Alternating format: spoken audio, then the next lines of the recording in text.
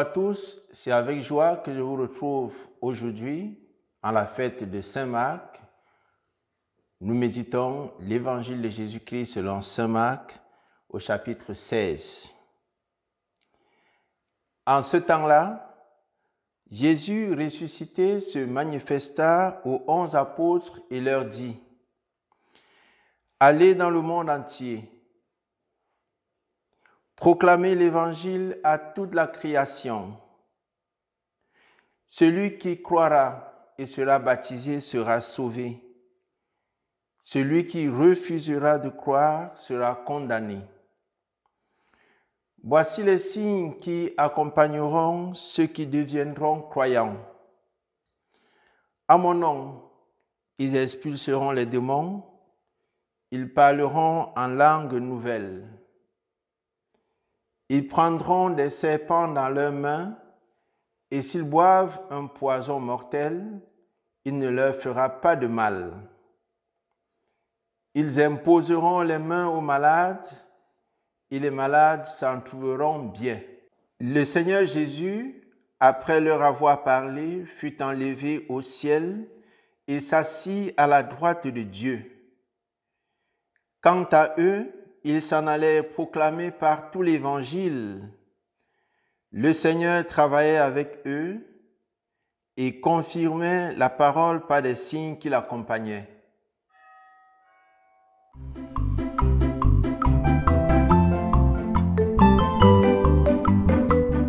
Jésus délègue à ses disciples la mission qui lui a été confiée par son Père. Allez dans le monde entier, proclamer la bonne nouvelle à toute la création. Jésus est clair quand il affirme que celui qui croira et sera baptisé sera sauvé. À travers cette affirmation, on comprend que la croyance en Jésus-Christ est la condition du salut de l'humanité. Les guerres, le terrorisme, la fabrication des batteries et des virus mortels, les prises d'otages économiques et idéologiques ne sont pas, au fond, une fatalité. Nous pouvons y mettre un terme à condition que chacun de nous croit au projet de Jésus. Si l'on considère que le mot croire signifie adhérer, être fixé, on pourrait mieux comprendre le sens des paroles de Jésus qui nous invitent à demeurer en lui ou d'être attachés à lui comme le sarment est attaché au cep. Celui qui demeure en moi, dit Jésus, et en qui je demeure, celui-là portera du fruit en abondance. Si vous ne demeurez en moi, dit encore Jésus, vous ne pouvez rien faire. L'évangéliste Saint Marc nous rapporte que les apôtres s'en allaient proclamer partout la bonne nouvelle. Le Seigneur confirmait la parole par les signes qui l'accompagnaient. Jésus le leur avait d'ailleurs promis. Voici les signes qui accompagneront ceux qui deviendront croyants. En mon nom, ils chasseront les esprits mauvais. Ils prendront des serpents dans leurs mains. Et s'ils boivent un poison mortel, il ne leur fera pas de mal. Ils imposeront les mains aux malades et les malades s'en trouveront bien. Les actes des apôtres confirment que ce que Jésus avait annoncé à ses disciples était vrai.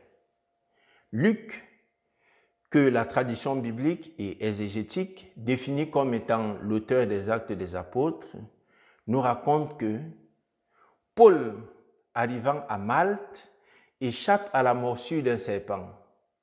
En fait, il avait ramassé une brassée de bois mort. Il l'a jeté dans le feu lorsque la chaleur en fait sortir une vipère qui s'accrocha à sa main.